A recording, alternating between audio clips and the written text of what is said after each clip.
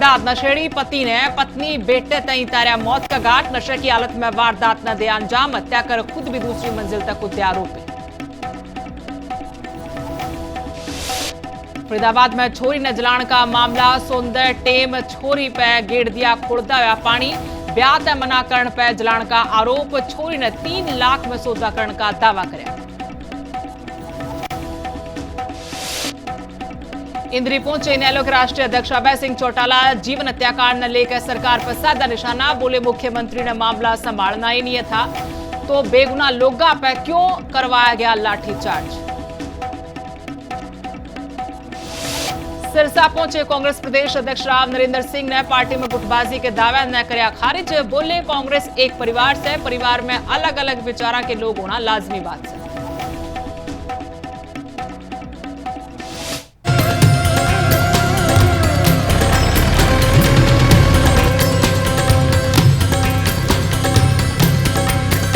मारी बोली मारी खबर। राम राम, आप देख रहे हो मारी बोली मारी खबर। मैं आपके साथ सुदेश नैन मोर और आगे इस बुलेटिन में आपने दिखावांगे ठेठ हरियाणवी अंदाज में आपकी अपनी हरियाणवी बोली में हरियाणा की सारी छोटी बड़ी खबर। और सबसे पहला बड़ी खबर इसारत है जड़ा कोर्ट में गैंगस्टर गोलियां तय बूंद दिया। बदमाशों ने गैंगस्टर पर 12 राउंड करीब फायर करे हैं। विधायक का पीए के भतीजे की हत्या समेत इस पर 31 मामले दर्ज बताए गए हैं। कोर्ट का बाहर गैंगस्टर विनोद काणा की हत्या करी गई। पेशी पाए गैंगस्टर पर ताबड़तोड़ बदमाशों ने फायरिंग करी। बाइक पर सवार 2 बदमाशों ने 12 राउंड फायर कर दिए। कोर्ट गेट के सामने काणा का गोली मारी गई। हमले में गैंगस्टर विनोद काणा की मौत होगी है। हिसार पुलिस का हिसाब तय काणा मोस्ट वांटेड था। हमलावर 2 हवाई फायर करके मौके तक फरार हो लिए। और आपने तस्वीर दिखा रहे हैं, हाँ, एक वारदात का पाछा की तस्वीर है और दूसरी सीसीटीवी फुटेज देख रहे हो जिसमें वारदात ही अंजाम देने वाले और जो विनोद काणा जो गैंगस्टर था उसके साथी हैं वो नजर आ रहे हैं। और एक हमलावर जब भागने की कोशिश करता तो डा पड़ा और उसके जो विनोद काणा गैंगस्टर उसके साथी है ना उसने पकड़ने की कोशिश करी और जानकारी यह है कि पुलिस को हवाला कर दिया है। 2 हमलावर बताए गए जिनने करीब 12 राउंड फायर करे हैं और इसमें गैंगस्टर की मौत होगी। 31 मामले बताए गए हैं कि इस गैंगस्टर पर विनोद काणा पर दर्ज थे।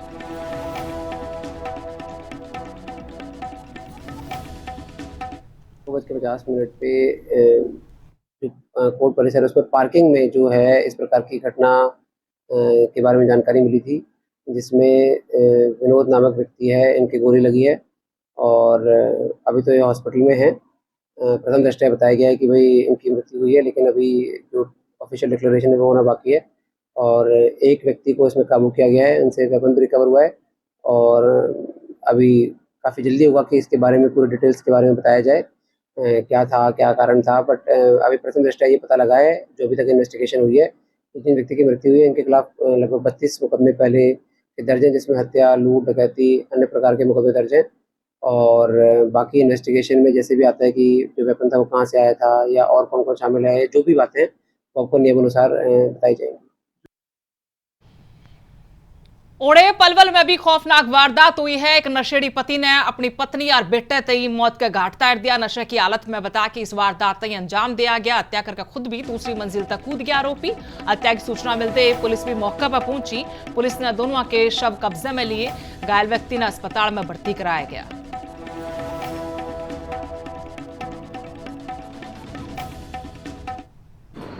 नशे में था। अच्छा, तो क्या आप गाड़ी मांगते थे? गाड़ी भी मांगते थे आप? किससे? अपने ससुराल वालों से? अच्छा, किस बात को लेकर झगड़ा हुआ था? झगड़ा ये था वो पास नहीं लौटने दे रही थी। अच्छा, मैं लौटूंगा, उसी बात पर झगड़ा बढ़ गया हम दोनों। उनको कैसे मारा उसको? दुपट्टा गला घोट के मारा उसको? हाँ।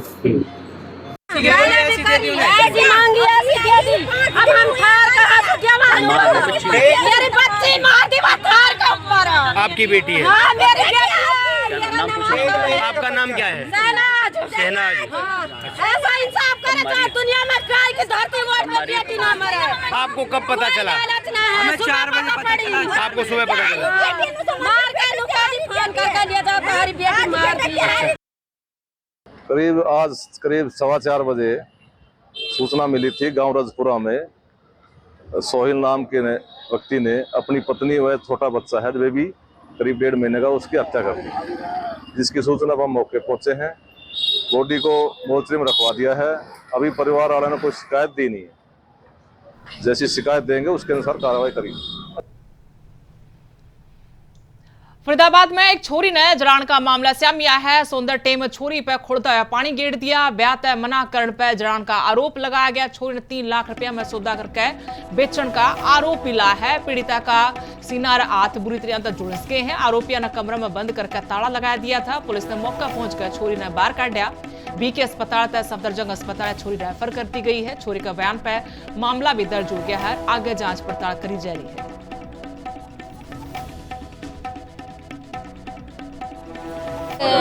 कितना दिया? मुझे गोद जिसने लिए थे वो ने जलाया है। जिसने मुझे गोद लिए थे उसने जलाया है। गोद लिया था? गोद मुझे लिए थे इस वजह से जलाया। वो ने मुझे शादी करने के लिए और मुझे बेचना चाह रहे थे, मैंने मना करे, इस वजह से मुझे मारे गए हैं खून ज्यादा। और गर्म पानी खोलते भगोनी के पानी भरे हुए मेरे शरीर पे डाल दिए गए हैं। बाप पर की गोद लिया था? हाँ। कब लिया था गोद? 2 महीने हुए हैं बस। 2 महीने पहले गोद दिया था? हाँ। घटना सर मेरे को भी अभी जैसे मैं अपने गुड़गांव में जॉब करता हूँ वहाँ से आया तो मेरे को भी किसी ने फ़ोन किया था कि भाई ऐसे ऐसे उनके साथ ऐसा ऐसा गलत हो रहा है, वो 4 दिन से इसको बंद किए हुए हैं। तो मैं पहुँचा वहाँ पे तो इनको मिलने नहीं दिया जा रहा था इस लड़की से मेरे को। आपको? हाँ, मैं गया भाई मेरे को मिलने दो। काफ़ी मोहल्ले वाले गए, अम्मा जी भी गई मिलने के लिए, तो इनको मिलने नहीं दिया। तो लड़ाई झगड़ा करने लगे वो लोग। फिर मैंने 112 का अपना 112 का मैंने सहारा लिया। 112 के सहारे से मैं इस लड़की को निकाल करके यहाँ तक लाया हूँ।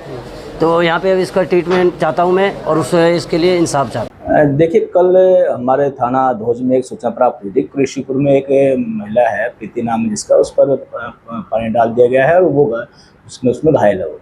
तो सूचना पर हमारी पुलिस टीम ने तुरंत कुरुक्षेत्र गाँव में पहुंची थी और फिर उस महिला को बीके अस्पताल में भिजवा दिया था। बीके अस्पताल से उसको इलाज के लिए हायर अथॉरिटी में भिजवा दिया गया। अब वो लड़की जो है वो महिला वो सफदरजंग अस्पताल में दाखिल है। अभी तक तो कंडीशन उसकी ठीक है। हम स्टेटमेंट लेंगे, स्टेटमेंट में जो भी आरोप लगाएंगे उसकी फर्दर हम उसकी कार्रवाई करेंगे और जैसे भी अकॉर्डिंग टू लॉ उसमें मामला बनेगा हम केस रजिस्टर करके आगे उसमें फर्दर। इनेलो के राष्ट्रीय अध्यक्ष अभय सिंह चौटाला ने भूपेंद्र सिंह हुड्डा पर गंभीर आरोप लाए। हुड्डा पर बीजेपी से साठगांठ का आरोप लाया। केसा के चक्कर में अमित शाह तक के मिले थे हुड्डा ने आरोपों पर कानूनी कार्रवाई की धमकी दे दी है। और क्या वकीला इस मामले की बात करी गई है। क्रिमिनल और सिविल दोनों तरह का केस कराएंगे। दोनों नेता के बीच जुबानी जंग तेज हो ली है। आरोपों ने लेकर राजनीतिक माहौल भी पूरा गरमा रहा है।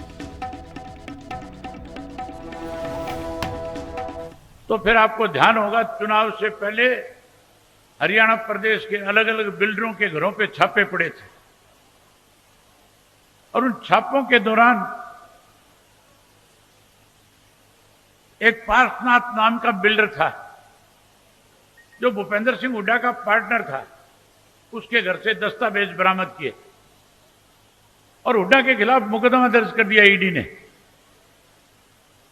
यह देश में पहली दफा हुआ था कि ईडी के लोगों ने मुकदमा दर्ज किया। मुकदमा दर्ज करने के बाद मुजरिम को पकड़ के जेल की सलाखों के पीछे भेजने की बजाय उसे यह कह करके छोड़ दिया कि अगर आप जेल की सलाखों के पीछे जाने से बचना चाहते हो तो अमित शाह से जाकर के मिलो।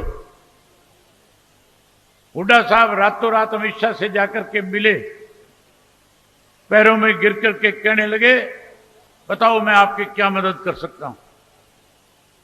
अमित शाह ने कहा कि जाओ अपने आका को समझाओ और जो 30 तुम्हारे सिटिंग एमएलए हैं इन 30 की 30 टिकट अनाउंस करा करके आओ।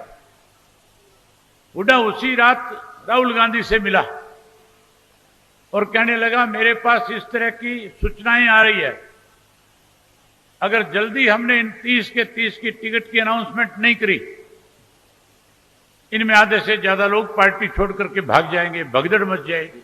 जैसे 30 टिकटों का अनाउंसमेंट हुआ कांग्रेस का, किस तरीके से बीजेपी की मदद की गई। देखिए, वो बयान मैंने पढ़ लिया है, हमने वकीलों से कह दिया है क्रिमिनल केस भी चलाऊंगा, इसमें सिविल केस भी चलाएंगे। झूठा बिल्कुल ना, मैं अभी चुनाव मिला ना पार्वतनाथ का मैं पार्टनर हूं, ये बात होने की। हुड्डा साहब कल सिविल कोड में भी घसीटूंगा, क्रिमिनल कोड में भी। कल सीट कह दिया है मैंने। वकीलों को instruction to my advocates to go for this. और आज इंद्री पहुंचे इनेलो के राष्ट्रीय अध्यक्ष अभय सिंह चौटाला। जड़ा जीवन हत्याकांड ने लेकर सरकार पर उनकी तरफ निशाना साधा गया। मुख्यमंत्री ने कहा कि मामला संभालना ही था तो फिर बेगुनाह लोगों पर लाठीचार्ज क्यों करवाया गया। सरकार की नीयत में खोट से लोगों ने आंदोलन कर खातिर मजबूर कर दिया। बाद में उन्हें के साथ समझौता कर लिया। सरकार 100 प्याज भी खावे है, 800 जूते भी खावे है। अभय चौटाला ने कांग्रेस पर सीधा निशाना साधा। कांग्रेस पंचकुला में क्या प्रदर्शन नहीं कर रही, वो अपनी आपसी लड़ाई तय बचने लग रही है। 18 अगस्त ने जींद में कांग्रेस की बैठक हुई थी। जड़ा नेता के बीच जुत्तम पजार होगी थी, जुत्तम जुताई की नौबत आ गई थी। सरकार ने अगर संभालना था तो फिर लाठीचार्ज क्यों किया, क्यों बेगुनाह लोगों के सिर फोड़े, क्यों जेल में बंद करे, क्यों मुकदमे बनाए। इस सरकार की नीयत में खोट है। पहले आंदोलन करने पे मजबूर करती है, फिर लाठियों से पीटती है और फिर जाकर के उनके साथ समझौता करती है। ये 100 प्याज भी खाते हैं, 100 दूध भी खाते हैं। आज कांग्रेसी वहां प्रदर्शन नहीं कर रहे, आज आपसी लड़ाई से बच रहे हैं। कल जींद के अंदर कांग्रेसियों की बैठक थी, आपस के अंदर जुत्तम जूत रहे थे। आज भी इनकी बैठक चर्चा की तरफ पे रखी हुई है। ये वहां नहीं गए, पता था कि वहां जाओगे तो आपस में तुम्हारे जूत बजेंगे। अब ये जूतों से बचने के लिए, जुत्तम जूत होने से कैसे रोके, इसके लिए कोई कहीं भाग रहा है, कोई कहीं भाग रहा है। इनको कोई मतलब नहीं है। कांग्रेस के प्रदेश अध्यक्ष राव नरेंद्र सिंह सिरसा पहुंचे थे और एडे पार्टी में गुटबाजी के जो दावे थे उन्हें पूरी तरह तक खारिज कर दिया गया। कया कांग्रेस एक परिवार से, परिवार में अलग अलग विचारों के लोग होना लाजमी बात से, ये इसने लड़ाई नहीं कह सकते। कांग्रेस पूरी तरह तक एकजुट से और तोड़े कांग्रेस में पूरी एकजुटता देखने न मिलेगी। 2029 का विधानसभा चुनाव में जीत का भी दावा किया गया पार्टी प्रदेश अध्यक्ष की तरफ तय और कया कांग्रेस 70 तभी घनी सीट जीतेगी। प्रचंड बहुमत के साथ प्रदेश में अपनी सरकार बनावांगे। देश के लोग परिवर्तन चाहते हैं। आने वाले समय के अंदर मैं दावे के साथ कहता हूं, जिस तरह से हरियाणा में घूम रहा हूं, लोगों का पूरी तरह से मन है, कांग्रेस के प्रति जुड़ रहे हैं। संगठन मजबूत हो रहा है, 12 साल में संगठन बना है। अनुशासन में रहती अपनी पार्टी को मजबूत करना ही हमारा एकमात्र लक्ष्य है। और आने वाले चुनाव के अंदर देश के अंदर राहुल जी के नेतृत्व में कांग्रेस सरकार बनना तय है और हरियाणा में रिकॉर्ड बहुमत के साथ 70 से अधिक सीटों के साथ कांग्रेस सरकार बनाएगी। कोई ऐसी लड़ाई नहीं है, परिवार है। परिवार के अंदर हो सकता है किसी बात को लेकर कोई विचारों की भिन्नता हो सकती है, लेकिन बहुत शीघ्र आपको नजर आएगा, सब कुछ सामान्य नजर आएगा। सभी का एक लक्ष्य है पार्टी को मजबूत करना, कांग्रेस को मजबूत करना और लोगों को भाजपा से पीछा छोड़ना। और पूर्व राज्य मंत्री असीम गोयल का बयान आया है। असीम गोयल ने कांग्रेस पर तगड़ा तंज कसा है, क्या कि 900 चूहे खा के बिल्ली अजना चाली, या तो वह बात होगी है या ठेकेदारी व्यवस्था का डोंग पिट्या कर दे। इनके नेता का घरां तय नौकरी लागने वाले की लिस्ट बाहर लिगड़िया कर दी। ये वो लोग हैं जिन्होंने पर्ची खर्ची के साथ नौकरी बांटी थी, पर हमारे मुख्यमंत्री जुबान के धनी है। उनने शपथ लेने तय पहला ही युवा तई नौकरी दी।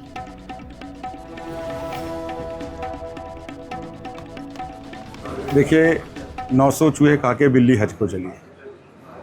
ये सारे लोग जो ठेकेदार की ठेकेदारी व्यवस्था का ढंढोरा पीटते थे, ठेकेदार भी इनके अपने थे और लिस्ट बन के जाती थी इनके घरों से, इनके नेताओं के घरों से कि ये फलां बच्चा लगेगा। कोई मेरिट नहीं, जो मेरिट का जिन्होंने खाने का काम किया, जिन्होंने पर्ची और खर्ची के नाते ही जो है नौकरियां बांटी हैं, आज वो लोग, मैं तो बड़ा हैरान था कि वो जो बिना पर्ची बिना खर्ची वाले जो लोग हैं, जिनको नौकरियां मेहनत काबिलियत के मिली हैं, उनको जो है उनके धरने में खुद जाएँ जिन्होंने मेरिट को आज तक निपटाने का काम किया। भला वो आदरणीय मनोहर लाल जी का और आदरणीय उन्होंने ऊपर लाने का काम किया है, आज बिना पर्ची बिना खर्ची। और माननीय मुख्यमंत्री जी अपनी बात के धनी हैं, नायब जी। उन्होंने पहले कहा था कि मैं शब्द बाद में लूँगा, पहले इन जो बच्चों को जो इनका रिजल्ट अवेटेड है, जो यही कांग्रेस इलेक्शन कमीशन में गई थी रिजल्ट रखवाने के लिए, आज वो कांग्रेस कैसे उन लोगों के बीच में, युवाओं के बीच में जाके धोखा कर रही है। सीएम साहब ने बाद में शर्त ली, पहले उनका जो है मसला हल किया। और आज भी अगर उन्होंने कहा है कि जॉब सिक्योरिटी है तो जॉब सिक्योरिटी मिल के रहेगी।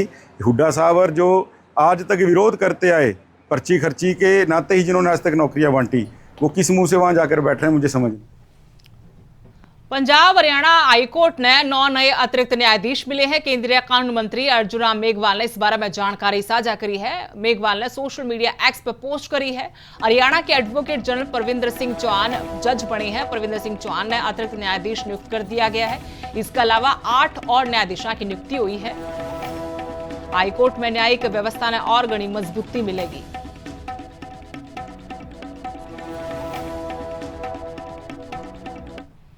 और भिवानी में कूड़ा ठाण न लेकर घना हंगामा हो गया। सफाई कर्मचारियों में और मार्केट प्रधान में विवाद होया। 15 दिनों तक सफाई कर्मचारी हड़ताल पर चल रहे हैं। व्यापारियों ने कूड़ा ठाण खातर कर्मचारियों तक कहा था। कर्मचारी मौका पर पहुंच गए जब वो अपनी तरफ से व्यापारी साफ सफाई करवाने लग रहे थे। सफाई कर्मचारियों ने कूड़ा फिर बाजार में गिर दिया और सराय चौक पर दोनों पक्षों में घनी देर तक बहसबाजी होती रही। मार्केट प्रधान ने विधायक तई ज्ञापन भी सौंपया। 13 मई का समझौता कहा कि लागू किया जाए। मांग मानदे शहर साफ सुथरा करने का दावा भी किया है, लेकिन क्या कि सरकार ने वादा खिलाफी करी है और जब तक उनकी मांग पूरी नहीं होती हड़ताल खत्म नहीं कराएंगे। विधायक के लिए पहुंचे, हमने विज्ञापन देना 90 विधायक को, 10 एमपीओ को विधायक ने, 2 विपक्ष के पक्ष के सभी के हमने विज्ञापन देना हमारी मांगों के बारे में, ताकि मुख्यमंत्री को चेत हो जाए, इसको बताए कि इनकी मांगे जायज है। जो हमारा 13 मई को समझौता हुआ था उसको लागू कर दो, एसकेएल की नौकरी बहाल कर दो, समान कानून संहिता लागू दो और कच्चे कर्मचारी को पक्का कर दो। कई दिनों से शहर में हमारे सफाई कर्मचारी भाई हड़ताल पर है और वे अपनी जायज मांगों के लिए हड़ताल पर गए हुए हैं। पिछले काफी दिनों पहले भी उनके साथ ये घटना हुई थी, तब भी सरकार ने इनको आश्वासन दिया था कि हम आपकी मांगे मानेंगे। आज काफी टाइम हो गया है, शहर में जगह जगह कूड़े के और के ढेर है। तो हम तो व्यापारी भाई सभी कहते हैं कि जो कूड़े के ढेर से सभी व्यापारी भाई परेशान है। इनकी जो भी जायज मांगे हैं सरकार से, मुख्यमंत्री से, प्रशासक से, डीसी महोदय से, सबसे यही निवेदन करते हैं कि इनकी मांगे जल्दी से जल्दी मांगे जाए, ताकि शहर में सफाई व्यवस्था सुचारू रूप से चालू हो सके। नहीं तो हॉस्पिटलों में पैर रखने के लिए जगह भी नहीं पाई जाएगी। आज जो शहर का माहौल है, जगह जगह गंदगी के ढेर है। हरियाणा में पटवारी भी धरना पर बैठ गए। डीसीएस और ऑनलाइन सॉफ्टवेयर की खामियां न लेकर रोष जताया, नाराजगी जाहिर करी। पटवारियों ने डिजिटल क्रॉप सर्वे पर सवाल उठाए हैं। ऑटोमेटेशन सिस्टम में खामी उनका आरोप लाया है। प्रदेश भर में पटवारियों ने धरना देकर अपना विरोध जताया। नए सिस्टम तक किसान और आम जनता के आके परेशान है। राजस्व रिकॉर्ड में गड़बड़ी उनकी आशंका जताई। सरकार तक सॉफ्टवेयर की खामी दूर करने की भी मांग करी है। भिवानी, पंचकुला, करनाल, जज्जर, यमुनानगर की तस्वीर आपने दिखा है। सांकेतिक धरना दिया गया और साफ तौर तक कहा कि ये जो खामी है इनसे न सिर्फ मामे परेशान हो रहे हैं, बल्कि इससे किसान भी, आम जनता भी परेशान हो रही है और एक बड़ा गड़बड़ जाला है।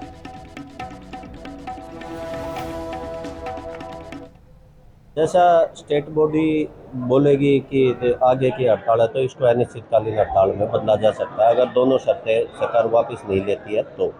अगर सरकार मान जाती है, पटवारियों को जो सुविधाएं चाहिए जैसे टैब देना, एक हमने कहावत सुनी है कि man and material will not provide you but work has to be done.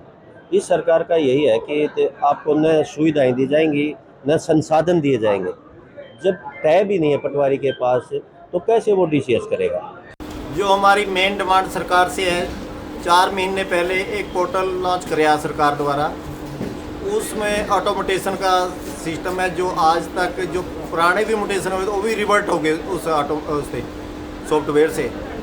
तो हमने सरकार को, डायरेक्टर ऑफिस को कई बार हमारी स्टेट यूनियन ने लिख के भेजा भी है कि इसमें तकनीकी को इसको ठीक किया जाए, पर आज तक कुछ नहीं हो रहा। लोग परेशान हो रहे, लोग हमारे चक्कर काटते हैं और लोग परेशान होके हमारे साथ, हमारे पटवारियों के साथ लड़ते हैं भी हमारा काम नहीं हो रहा, जबकि 4 महीने से सभी लोग परेशान हैं, पटवारी करने को भी परेशान है।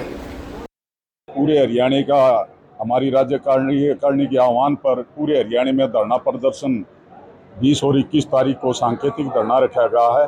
इसमें हमारी मुख्यतः 2 मांगे हैं, जिसमें एक मांग जो ये इंतकालों के लिए नया सॉफ्टवेयर लेकर आई है सरकार, इस सॉफ्टवेयर में बहुत सारी कमियां हैं, उन कमियों को दूर करे और इसकी जिम्मेवारी जिसने ये सॉफ्टवेयर बनाया है आईटी सेल की होनी चाहिए, न कि पटवारियों की। ऊपर से एक डिजिटल क्रॉप सर्वे जो गिरदावरी पहले होती थी उसको चेंज करके एक डीसीएस का प्रोजेक्ट लाए हैं, उसके लिए अभी तक पटवारियों टैब भी नहीं दिए गए हैं। तो जो DCS का है उसके लिए हम दायरा बढ़ाने के लिए कर रहे हैं, लेकिन और स्टेटों के अंदर प्राइवेट एजेंसी से कराया जा रहा है जिसमें 10 रुपये पर कित्ते के हिसाब से दिए जाते हैं, लेकिन हरियाणा में ये पटवारियों से कराने की कोशिश कर रही है। तो मुख्यतः हमारी ये 2 मांगे हैं, इनके लिए ये 2 दिन का सांकेतिक धरना है। सिरसा के वैदवाड़ा टावर मामला का समाधान निकट गया है। 6 दिन तय एडा किसाना का जो धरना चल रहा था वो खत्म हो गया है। टंकी पर चढ़े दोनों किसान नीचे उतर गए हैं। प्रशासन ने उचित मुआवजा देने का भी भरोसा दिया। किसानों ने ADC की अगुवाई में कमेटी का गठन कराया जाएगा। कमेटी फिर से जमीन का रिवैल्यूएशन करेगी। प्रशासन ने 10 दिन में समाधान का भरोसा दिया है। किसाना की तोड़े CM से मुलाकात करवाई जाएगी।